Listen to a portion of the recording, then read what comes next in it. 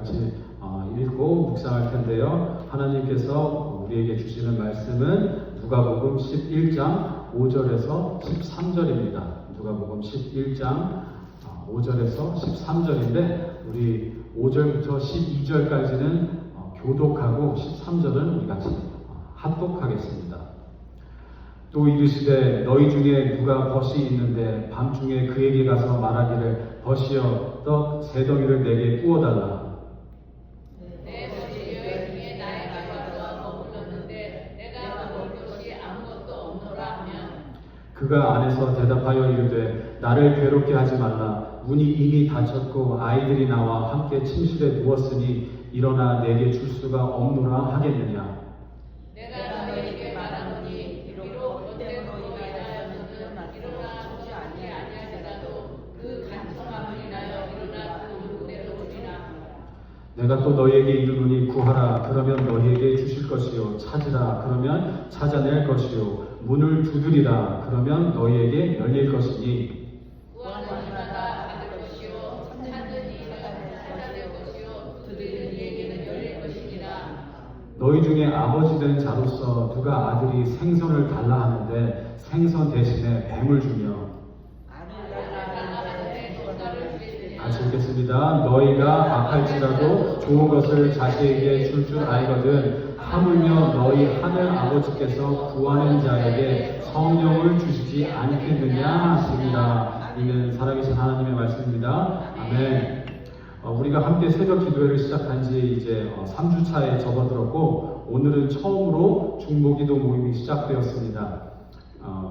참여하신 분들께 먼저 감사를 드리고요. 기도에 집중하는 이유는 제가 이제 부임한 지 이제 한 달이 조금 안 되었는데 기도를 통해 이제 기초를 다지고 하나님의 인도하심을 기다리기 위함입니다. 먼저 기도로 하나님 앞에 겸손함으로 나아가서 하나님의 인도하심을 지금 구하고 있는데요. 제가 오늘 설교 준비를 시작할 때 교회력을 봤어요. 교회력 지난번에 설명을 드렸는데 기억하실지 모르겠어요. 매 주일마다 정해진 본문이 4개 혹은 5개가 있는데 오늘 본문이 4개가 오늘 본문이 그 중에 하나였는데 제가 이 본문을 읽으면서 와 우리에게 꼭 필요한 말씀이다. 우리 교회 상황과 굉장히 딱 맞물린다. 이래가지고 제가 이 본문으로 말씀을 나누기로 했습니다. 가끔 이렇게 교회력을 보면 하나님께서 우리에게 필요한 말씀을 주실 때가 있음을 종종 경험하게 됩니다.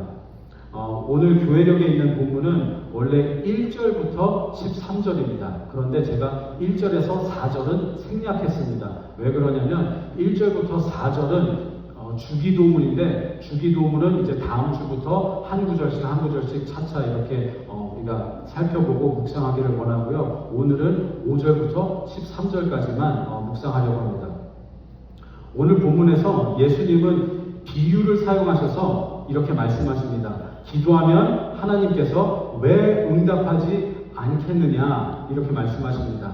예수님의 이 비유의 핵심 키워드는 아네이디아입니다. 다음 슬라이드 한번 보여주시겠어요? 아네이디아라는 그 단어가 이 키워드 핵심 단어인데요. 이 아네이디아는 그 헬라어 그리스어인데요. 두 가지로 번역을 하기도 합니다. 첫 번째는 수치심이 없다, 뻔뻔하다, 낯짝이 두껍다, 그러니까 파렴치하다까지 이렇게 번역하기도 합니다. 그리고 두 번째는 귀찮게 하며 조르는 것, 때를 쓰는 의미로 또 번역을 합니다. 그런데 오늘 우리가 읽은 한국어 성경은 간청함으로 번역을 했어요. 그래서 아네이디아라는 이 단어는 모르셔도 돼요. 제가 항상 성경 공부할 때 하잖아요. 이 적용이 중요하다고. 지식을 아는 거 이런 거 그렇게 중요하지 않아요. 우리가 교수가 될 것도 아니고 목사가 돼서 설교할 것도 아니잖아요. 그래서 모르셔도 되지만 이거를 소화해내고 내 걸로 만드는 게 제일 중요합니다. 아무리 많이 알아도 내 거가 안 되면 소용이 없어요. 제가 이렇게 운동을 하는데 단백질 쉐이크를 마시면 근육이 커집니다. 근데 단백질 쉐이크를 마시고 운동을 안 하잖아요? 그럼 어떻게 되게요? 그럼 살쪄요. 성경도 마찬가지예요. 알잖아요? 적용 안 하잖아요? 어떻게 되죠? 교만해져요. 나 좀 알아. 그리고 말로만 좋은 기독교인이 돼요. 그런데 삶은 전혀 그렇지 못해요. 그래서 이 단어가 중요한 게 아니에요. 그런데 이 단어를 제가 굳이 설명해 드린 이유는 이 키워드를 생각하시면서 예수님의 비유를 한번 묵상하면 하나님 아버지의 마음이 더 잘 느껴질 거예요. 첫 번째는 창피함을 모른다, 얼굴이 두껍다, 뻔뻔하다. 그리고 두 번째는 끈질기게, 귀찮게, 졸른다, 때를 쓴다 이거예요. 제가 한두 달 전에 한국 TV 프로그램을 봤는데 이 내용이 뭐냐면 돈을 너무 흥청망청 쓰는 그 연예인들을 섭외했어요. 근데 그런 연예인들도 나오고 또 다른 연예인들도 나오는데 돈을 정말 구두쇠처럼 짠돌이처럼 안 쓰는 연예인들도 나왔는데 그 한 연예인에 대해서 이렇게 나왔는데 그 한 연예인은 음식의 그 즐거움, 맛있는 거 먹는 거에 즐거움을 전혀 모른대요. 그래서 항상 집에서 밥 먹는 걸 좋아한대요. 이 연예인이, 이 젊은 청년이 성인이 돼서 독립을 했지만 그래도 밖에서 먹는 걸 싫어하고 엄마가 해주는 밥을 먹는 걸 좋아한다고 합니다. 근데 이 연예인이 엄마한테 이렇게 전화를 한대요. 엄마, 나 집에 이제 15분 있으면 도착하니까 밥을 차려주세요. 이렇게 연락을 한대요. 그래서 제가 그걸 보면서 참 이 철이 없는 건가 이런 생각도 들었어요. 그런데 그 연예인에 대해서 얘기를 하는데 이 연예인이 엄마에게 집을 사드렸대요. 그러니까 효자예요. 저보다 훨씬 나아요. 저보다 훨씬 효자예요. 전 집은커녕 차도 못 사다 드렸습니다. 그런데 이 연예인이 정말 효자인데도 불구하고 엄마한테 전화해서 엄마 나 15분 뒤에 도착하니까 밥 차려 놓으세요라는 얘기죠. 한마디로. 그럼 그 어머니는 기쁜 마음으로는 아니겠지만 그래도 어쩔 수 없이 뭐 어떻게 해요, 내 자식인데. 그러니까 이제 밥을 준비해서 이제 차려 놓는다고 합니다. 제가 이 얘기를 왜 하냐면 이 연예인이 엄마 아닌 다른 사람에게 15분 뒤에 도착하니까 밥 차려 놓으세요라는 부탁을 할 수 있을까요? 절대 못하죠. 이모한테도 못할 거예요, 대부분. 이모한테 전화해서 이모 나 15분 뒤에 도착하니까 밥 차려 놓으세요. 이 얘기를 어떻게 하겠어요? 저는 못해요. 저 이모들한테. 그리고 옆집 아주머니에게 하겠어요? 못하죠. 근데 왜 할 수 있는 거죠? 어떻게 할 수 있는 거죠? 엄마라서 그렇죠. 엄마니까 편하게, 뻔뻔하게 그냥 달라고 얘기할 수 있는 거죠. 좀 버릇이 없어 보일 수는 있지만 요구할 수 있는 거죠. 제가 이 얘기를 왜 말씀드리냐면 예수님께서 이렇게 뻔뻔하게 낯짝이 두꺼울 정도로 귀찮게 때를 쓰는 마음으로 하나님께 기도하라고 예수님께서 이 비유를 말씀해 주신 거예요. 근데 어떤 분들은 하나님께 너무 사소한 일까지 일일이 다 말씀드리고 기도하는 게 불편하대요. 부담스럽대요. 하나님 앞에서 체면을 차리는 건지 모르겠어요. 아니면 하나님은 너무 멀리 있는 존재, 너무 어렵게 느끼는 건지는 모르겠습니다. 그런데 우리 성도님들은 어떠십니까? 하나님을 어떻게 생각하시고 하나님께 기도를 하십니까? 하나님을 얼마나 편하게 생각하고 기도로 나아가고 계십니까? 나는 하나님의 자녀다라는 그 당당함, 뻔뻔함을 가지고 나아가십니까? 난 하나님의 자녀야. 그리고 하나님은 나의 아버지야. 그러니까 내 기도를 당연히 들어주실 거야. 이러고 이렇게 당당함으로 나아가십니까? 아니면 어떤 분들은 막 세상 그 평화에 대해서 막 기도를 하신대요. 정작 본인의 기도는 안 하고. 저는 그게 잘 이해는 안 돼요. 아니 무슨 자기 자신을 위해서 기도해야지 세상 평화만 놓고 기도한대요. 성도님들은 어떠십니까? 나는 자녀야. 이런 당담함을 가지고 그리고 무언가 정말 간절히 원하는 게 있을 때 조르는 식으로 기도를 하십니까? 하나님 이거 정말 꼭 들어주셔야 돼요. 다른 건 몰라도 이것만은 들어주셔야 돼요. 자식으로서 때릴 수 있는 그렇게 편안하게 생각하며 하나님께 기도하십니까? 오늘 본문은 예수님의 비유를 통해서 알 수 있듯이 하나님은 우리를 자녀로 여기시고 얼굴 두껍게 수치심 없이 뻔뻔하게 귀찮게 조르는 비유를 통해 하나님께 기도하라고 합니다. 왜 그렇죠? 우리는 자녀이기 때문이죠. 그래서 1절에 주기도문을 가르치시는데 주기도문이 어떻게 시작하죠? 영어로 하면 Our Father라고 그러죠. 우리 아버지. 누구라고 하죠? 우리 아버지라고 해요. 아버지이기 때문에 편하게 나아갈 수 있는 거예요. 그리고 이제 오늘 본문을 함께 살펴보겠습니다. 그 중동에서 교수를 하시고 선교사로서 섬기신 케네스 E. 베일리라는 그 교수님이 계세요. 성경학자인데 이분은 중동 지역에서 오랫동안 생활하셔서 중동 문화와 시각으로 성경을 해석하는데 깊은 통찰을 가지신 분이에요. 그분이 중동의 눈으로 바라본 예수의 비유라는 책을 쓰셨는데 굉장히 히트쳤어요. 목회자들한테요. 고대 중동의 삶과 문화를 배경으로 복음서의 비유들을 해석하며 본문을 더 깊이 이해하는 데 큰 도움이 됩니다. 이 책이. 그래서 제가 그 책에서 제가 그 배운 거를 좀 나누길 원하는데요. 5절부터 8절을 우리 같이 다시 한번 읽겠습니다. 같이 읽겠습니다. 5절부터 또 이르시되 너희 중에 누가 벗이 있는데 밤중에 그에게 가서 말하기를 벗이여 떡 3덩이를 내게 구워달라. 내 벗이 여행 중에 내게 왔으나 내가 먹을 것이 없노라 하면 그가 안에서 대답하여 이르되 나를 괴롭게 하지 말라. 문이 이미 닫혔고 아이들이 나와 함께 침실에 누웠으니 일어나 내게 줄 수가 없노라 하겠느냐. 내가 너에게 말하노니 비록 벗됨으로 인하여서는 일어나 주지 아니할지라도 그 간청함을 인하여 일어나 그 요구대로 주리라. 아멘. 친구가 한밤중에 찾아와서 말하기를 내 친구가 여행 중에 우리 집에 찾아왔는데 내가 그 친구에게 줄 빵이 하나도 없다. 그러니 나한테 빵 3덩어리만 빌려다오. 이런 비유예요.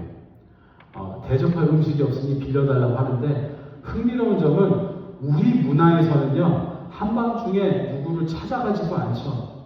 이게 신뢰가 아닌 신뢰잖아요. 한밤중에 찾아가지도 않고 그리고 배가 고파도 밥을 달라고 안 해요. 우리가 인사치레로 식사하셨어요? 이렇게 묻잖아요. 그러면 대부분 네 먹었습니다. 이렇게 대답해요. 대부분 많은 분들이 식사하셨어요? 이렇게 인사치레로 물어볼 때 저 밥 안 먹어서 좀 배고파 죽겠어요. 이렇게 대답하는 사람 거의 없어요. 왜 그러냐면 식사를 안 했다 그러면 혹시 밥을 챙겨줘야 되나? 밥을 사줘야 되나? 이런 부담을 느낄 수 있잖아요. 상대방이. 그래서 우리는 그냥 인사치레로 식사하셨어요? 이렇게 묻고 네 먹었습니다. 이렇게 대답하죠. 그런데 중동에서는 그렇게 하지 않았다고 합니다. 중동에서는 누군가 나에게 여행 중에 찾아왔잖아요. 그럼 극진히 대접을 했대요. 그게 당연한 문화라고 합니다. 제가 이 부분이 잘 성경에서 읽었어도 이해가 안 됐어요. 그런데 제가 유튜브를 보면서 이해를 했어요. 제가 유튜브에서 그 여행자들이 여행 다니는 거를 즐겨보는데 왜냐면 저 같은 사람 맨날 집에서 성경 보고 설교 쓰고 하는 일이 없습니다. 그래서 밖에 막 나가고 싶은데 못 나가잖아요. 그러면 유튜브를 보면서 대신 대리 만족을 하는 거예요. 여행 가는 거를 보고 이렇게 즐겨요. 그래서 여행 가는 프로그램을 보면 한국 여행자들이 중동에 가서 이렇게 걸어 다녀요. 그러면 중동 분들이 그분들을 이렇게 불러요. 그리고 자기네 집에서 차를 먹고 가라 그래. 차 드시고 가세요. 그리고 차를 마시다가 나중에 식사 시간이 되면 식사를 메워요. 그리고 또 좀 얘기하다가 시간이 지나면 자고 가라고 그래요. 그래서 어떤 유튜브 여행자는 이틀까지 잤다 그래요. 모르는 집에 가서. 우리 입장에서는 이게 이해가 안 되죠. 왜냐하면 외지 사람을 모르는 사람을 자고 가라고 하는 거, 밥 먹고 가라고 하는 거, 차 마시라 하는 거는 좀 우리에게는 조심스러워요. 왜냐하면 그 사람이 어떤 사람인지 모르잖아요. 그런데 중동에서는 제가 이 여행 프로그램을 보면서 이게 깊이 와닿았는데 중동에는 사막 지역이잖아요. 교통편도 안 좋아요. 그런데 그리고 중동에는 낮에는 굉장히 해가 뜨겁죠. 그리고 해가 지면 밤에는 추워요. 일교차가 심해요. 그런데 외지 사람이 와서 길을 잃었다, 갈 데가 없다 이러면 밖에 있다가 죽을 수도 있는 거예요. 그럼 이게 이 사람들이 서로를 챙기는 거는 생존의 방식이고 이게 문화로 자리 잡힌 것이라는 거예요. 그래서 오늘 본문에도 친구가 여행 중에 찾아왔어요. 그러면 이 친구에게 그 빵을 주는 거는 너무나도 당연한 거예요. 이분들의 입장에서는. 그런데 만약에 빵이 없다 그러면 친구한테 다른 사람 이웃의 옆집에 가서 찾아가서 나 내 친구한테 밥을 먹여야 되는데 나한테 빵이 없으니 빵 좀 빌려주시오. 이렇게 물어볼 수가 있는 거예요. 한밤중에. 근데 이게 참 재밌는 게 뭐냐면 우리 같은 경우는 집에 방이 뭐 여러 개가 있잖아요. 그래서 전화로 이렇게 연락을 하잖아요. 굳이 문을 두들기지 않아도 돼요. 전화해서 나 집에 왔으니까 내려와서 빵을 줘. 이렇게 얘기할 수 있는데 이 시대에는 많은 서민들은 작은 집에서 살았고 방이 하나였다고 합니다. 그리고 온 가족이 모여서 같이 잤대요. 그러니 벨도 없었고 전화도 없었으니까 문을 두들겨야죠. 그러면 온 식구가 다 깨져.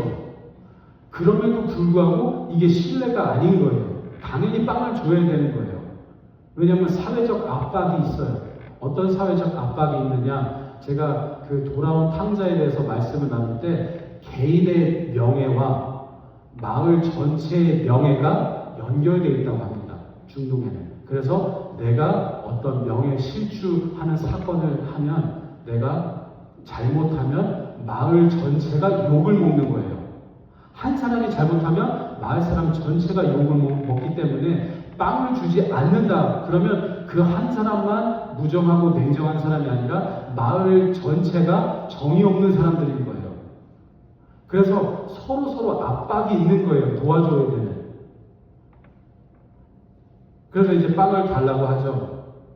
그런데 또 이때는 빵을 우리는 이렇게 젓가락으로 밥을 먹잖아요. 그래서 이렇게 위생적으로 밥을 먹을 수가 있죠. 근데 중동에서는 빵을 자기 입에 들어갈 정도 크기로 이 빵을 찢어서 이렇게 찝어 먹거나 찍어서 먹었대요. 왜 그러냐면 이게 빵을 그 숟가락이나 포크나 칼 같은 도구로 생각한 거예요.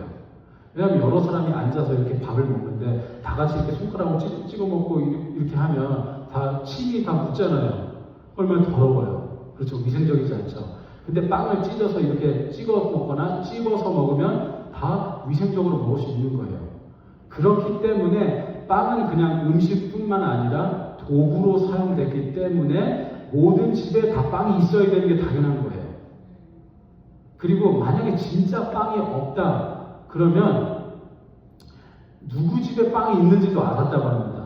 왜 그러냐면 제가 어렸을 때는 저희 어머니가 김장김치를 하시면 동네 아주머니들이 오셔서 같이 김장김치를 하셨어요. 기억나세요? 서로 도와주는 거죠. 그러니까 옛날에는 빵을 이렇게 구우려면 그 화덕이 필요하잖아요. 그게 각자 집에 있는 게 아니라 큰 게 하나 마을 사람들이 공용으로 사용하는 게 있어서 같이 빵을 구웠다고 해요. 그래서 어느 집에 누가 빵이 있는지 알았다고 합니다. 근데 빵을 안 주잖아요? 그럼 욕먹는 거예요.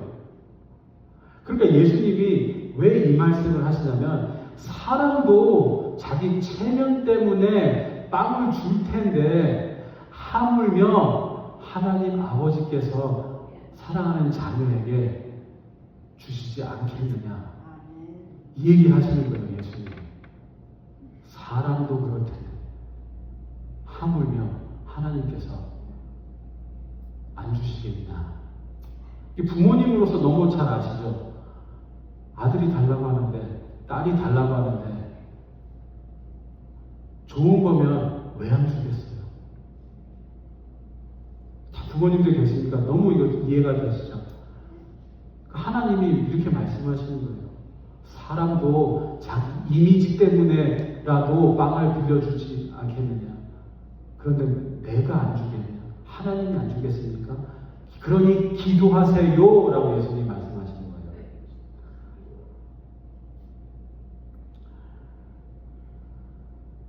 거예요. 오늘 본문을 보면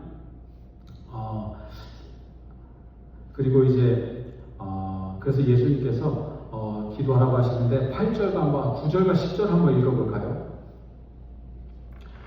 또 내가 너에게 이르노니 구하라 그러면 너에게 주실 것이요 찾으라 그러면 찾아낼 것이요 문을 두드리라 그러면 너에게 열릴 것이니 구하는 이마다 받을 것이요 찾는 이는 찾아낼 것이요 두드리는 이에게는 열릴 것입니다. 아멘. 구하면 주실 것이니 부하시길 예수님의 이름으로 축원합니다. 아까 제가 그 그리스어 단어를 나눴잖아요. 그거 모르셔도 돼요. 전혀 중요하지 않아요. 그냥 설교를 하기 위해서 제가 나누는 것뿐이 언급하는 거예요. 하나도 안 중요해요. 중요한 게 뭐냐? 기도하는 거예요.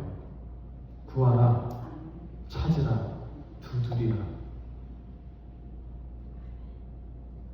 그리고 11절과 12절에 예수님께서 또 다른 비유로 설명을 하십니다.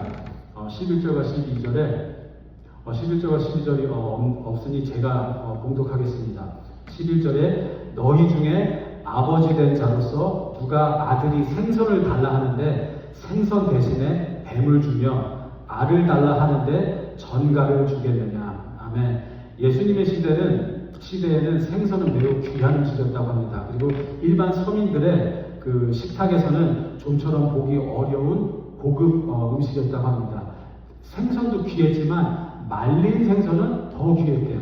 그래서 이 생선의 많은 생선을 로마인들에게 팔았다고 합니다. 로마인들과 이렇게 이제 그 장사를 한 거죠.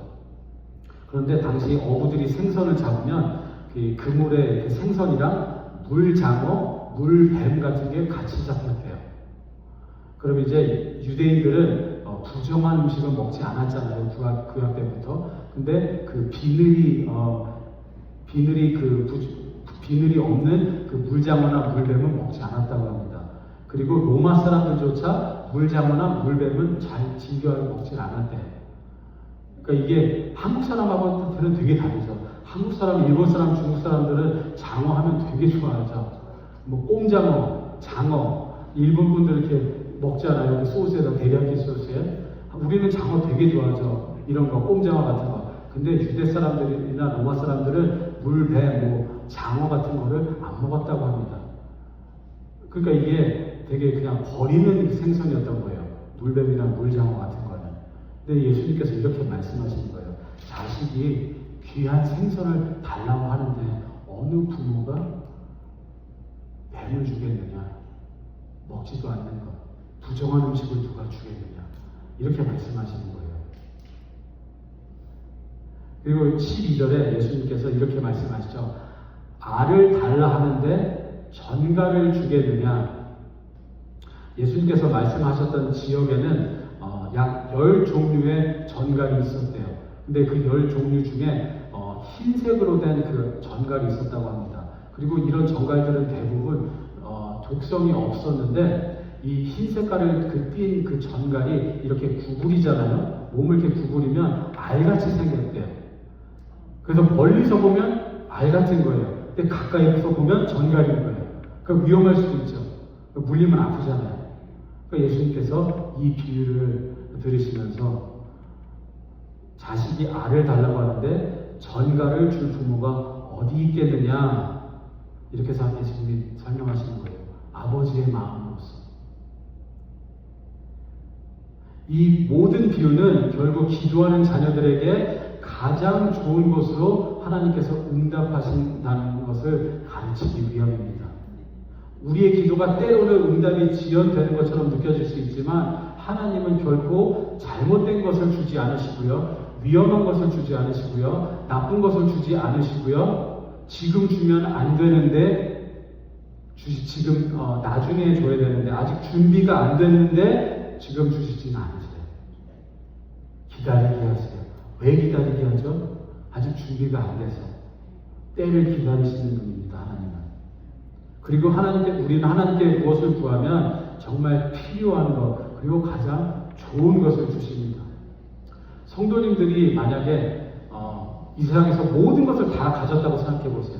돈도 많고 좋은 건강한 유전자도 있고 되게 좋은 머리도 좋고 성격도 좋고 유쾌한 성격이 있고 되게 성격이 좋고 인간관계도 좋고 다 좋다고 생각해 보세요. 그럴 수도 있겠지만 만약에 모든 것을 다 가졌다고 생각해 보세요. 그럼 자녀에게 무엇을 주시겠습니까? 딱 한 가지만 줄 수 있다면 다 가졌다고 생각해 보세요. 근데 자녀에게 딱 한 가지만 줄 수 있으면 무엇을 주시겠습니까? 믿음. 아멘. 믿음. 다 믿음인가요? 한국에서 어떤 설문조사를 했는데 희망 1위는 재산이라고 합니다. 돈이 많으신가 봐요. 재산을 주고 싶다고 하는 거 보면. 그리고 어떤 분들은 2위는 인간관계라고 합니다. 내가 갖고 있는 좋은 인간관계를 자녀들한테도 줘서 자녀들이 인간관계를 통해서 세상에서 잘 살기를 바라는 그 마음이겠죠. 그리고 3위는 그러니까 다른 설문조사에서는 1위가 가족과 함께하는 추억이래요. 추억. 그 다음에 2위가 인간관계, 3위가 재물, 그리고 4위가 교육이라고 합니다. 그러니까 내가 서울대 나왔으면 아들도 서울대 갈 수 있는 걸 바라는 거겠죠. 근데 미국에서 이런 비슷한 설문조사를 했는데 비슷합니다. 미국에서는 첫 번째는 경제적, 물질적인 유산이 많이 나왔다고 합니다. 그리고 2위는 이거는 좀 젊은 사람들이 많이 이렇게 답했다고 해요. 자기가 기르고 있는 반려동물을 물려주고 싶다고 합니다. 그러니까 이거는 자녀를 위한 게 아니라 본인을 위한 것 같아요. 내가 먼저 가면 누군가는 내 반려동물을 키워야 하니까 자녀들한테 주고 싶은 거예요. 이건 좀 자기를 위한 거예요. 그리고 3위는 정서적 가치, 가치관, 인생 교훈, 가족 전통이라고 합니다. 한국 사람들과 비슷하죠. 이게 시대마다, 세대마다 조금씩 차이가 있는 것 같아요. 그런데 하나님은 무엇을 가장 주시고 싶어 할까요? 그게 오늘 13절에 나오는 거예요. 13절에 너희가 악할지라도 좋은 것을 자식에게 줄 줄 알거든 하물며 너희 하늘 아버지께서 구하는 자에게 성령을 주시지 않겠느냐 하시니라. 아멘. 여기서 갑자기 성령을 주겠다고 하십니다. 이게 뜬금없어요. 왜냐하면 하나님이 가장 주고 싶어 하시는 게 성령이기 때문이에요. 다른 것도 필요한 대로 당연히 주시지만 가장 주고 싶어 하시는 것은 성령님이에요. 제가 생각하기에 왜 이럴까 한번 고민하고 이렇게 생각을 해봤는데요. 성령님의 인도하심을 따라 살아가는 것이 가장 복된 삶이기 때문입니다. 성령님은 우리에게 하나님의 뜻을 가르쳐 주세요. 하나님이 원하시는 방법대로 살도록 인도해 주세요. 하나님이 인도하신 대로 살잖아요. 그러면 실패가 있나요? 없죠. 내 계획과는 다를지라도, 내가 원하는 것은 아닐지라도 가장 좋은 길로 인도해 주십니다. 그래서 우리가 기도를 시작하는 거예요. 기초를 쌓는 거예요. 말씀과 기도. 성령님의 인도하심을 구하기 위해서 기도를 시작하는 것입니다. 그리고 성령님은요, 무엇이 옳고 그른지 분별하게 하십니다. 회개가 필요한 순간에 우리의 마음을 깨우쳐 주세요. 그래서 우리가 회개하잖아요. 그럼 마음에 평안이 생겨요. 이게 모든 사람이 다 똑같이 겪고 있는 거예요. 잘못하잖아요. 그럼 죄책감이 생겨요. 그렇죠? 그게 바로 영혼이 있다는 얘기죠. 성령님이 계시다는 얘기예요. 우리는 잘못하잖아요. 죄를 짓잖아요. 그러면 죄책감을 느껴요. 근데 회개하잖아요. 그러면 마음이 평안해져요. 이게 또 언제 우리가 느끼냐? 친구나 부부 사이나 자식과 부모 자식 관계에서 싸우잖아요. 그러면 먼저 미안하다고 하는 사람이 마음이 먼저 편해져요. 무슨 말 아시죠? 근데 부부끼리 싸우잖아요. 자존심 부려서 미안하다고 안 하잖아요. 그러면 서로 손해인 거예요. 서로 그냥 얄밉고 재수없고 서로 지금 말을 안 해서 답답해요. 그런데도 불구하고 자존심 부리면 사과를 안 해요. 하나님이랑 똑같아요. 죄를 짓잖아요. 그러면 기쁨이 없어요. 죄를 짓잖아요. 은혜가 안 돼요. 죄를 짓잖아요. 기도하고 싶지가 않아요. 근데 회개하잖아요. 마음에 평안이 생기고 하나님께 나아가고 싶어져요. 그리고 성령님은 우리를 위해서 기도하십니다. 그리고 우리가 기도하고 싶도록 인도해 주세요. 사실 기도하는 게 쉽지 않습니다. 일이에요. 밥 먹는 게 일이듯이 기도하는 것도 일이에요. 근데 성령님께서 기도해야지 마음을 주세요. 그리고 우리가 뭐에 대해서 기도해야 될지 모를 때 우리를 위해서 간구해 주신다고 하잖아요. 그리고 아까 제가 그 설문조사에서 얘기한 거를 나눠드렸는데 어떤 그 한국의 부모님들은 인간관계를 물려주고 싶다고 하셨잖아요. 근데 그 곰곰이 생각해 보잖아요. 그러면 인생의 인간관계만 좋아도 성공한 삶이고 행복한 삶입니다. 배우자만 잘 만나도 집안이 평안해요. 그렇죠?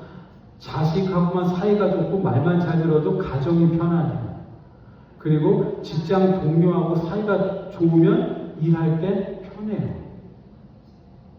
인간 관계가 힘들면 정말 골치 아프고 머리 아프고 스트레스 받아요. 많은 교회들이 왜 깨지죠? 사람들끼리 싸워서 깨지잖아요. 우리가 왜 불행하죠? 부부끼리 문제가 있어서. 제가 중고등 학생들이 있는 부모들은 자식 때문에 속 썩잖아요. 인간 관계만 좋아도 우리 인생은 편해요. 그런데 성령님과 동행할 때 우리에게 성령의 열매를 맺게 하시고 성령의 열매를 맺을 때 우리는 좋은 인간 관계를 맺을 수 있습니다. 그래서 누가 신앙이 좋냐 안 좋냐는요 봉사를 하느냐 안 하느냐가 아니에요. 물론 그것도 알 수 있겠지만 정말 신앙이 좋은 사람들은 부부 사이가 좋습니다. 정말 신앙이 좋은 분들은 자녀한테 존중을 받습니다. 그리고 신앙이 좋은 사람은 직장 동료한테 존중받고 같이 있으면 유쾌한 사람이 돼요. 왜 그러죠? 성령의 열매가 뭐죠? 희락이 있죠. 말씀하신 대로 희락이 있어요. 인내가 있어요. 사랑이 있어요. 근데 지금 말씀드린 것들이 없어서 싸우는 거잖아요. 인내를 못해서 싸우고 사랑이 없어서 품어주지 못하고 기쁨이 없어서 저 사람 왜 맨날 인상 쓰고 있어? 같이 있으면 나까지 기분 안 좋아져? 이렇게 되잖아요. 그런데 성령님이 함께 하시면 우리가 좋은 인간 관계를 맺을 수가 있어요. 그러니까 하나님은 우리에게 가장 좋은 것을 주시길 원하시는데 그게 바로 성령 하나님이에요. 그렇다고 우리가 기도하면 성령님만 주시고 다른 건 안 주시냐? 그건 아니잖아요. 매일 일용하는 양식을 구하라고 주기도문에 있죠. 근데 하나님은 정말 우리가 하나님께 매달리면서 기도하기를 원하세요. 왜냐하면 아버지이기 때문에. 그러면서 가장 좋으신 성령 하나님을 주시길 원하십니다.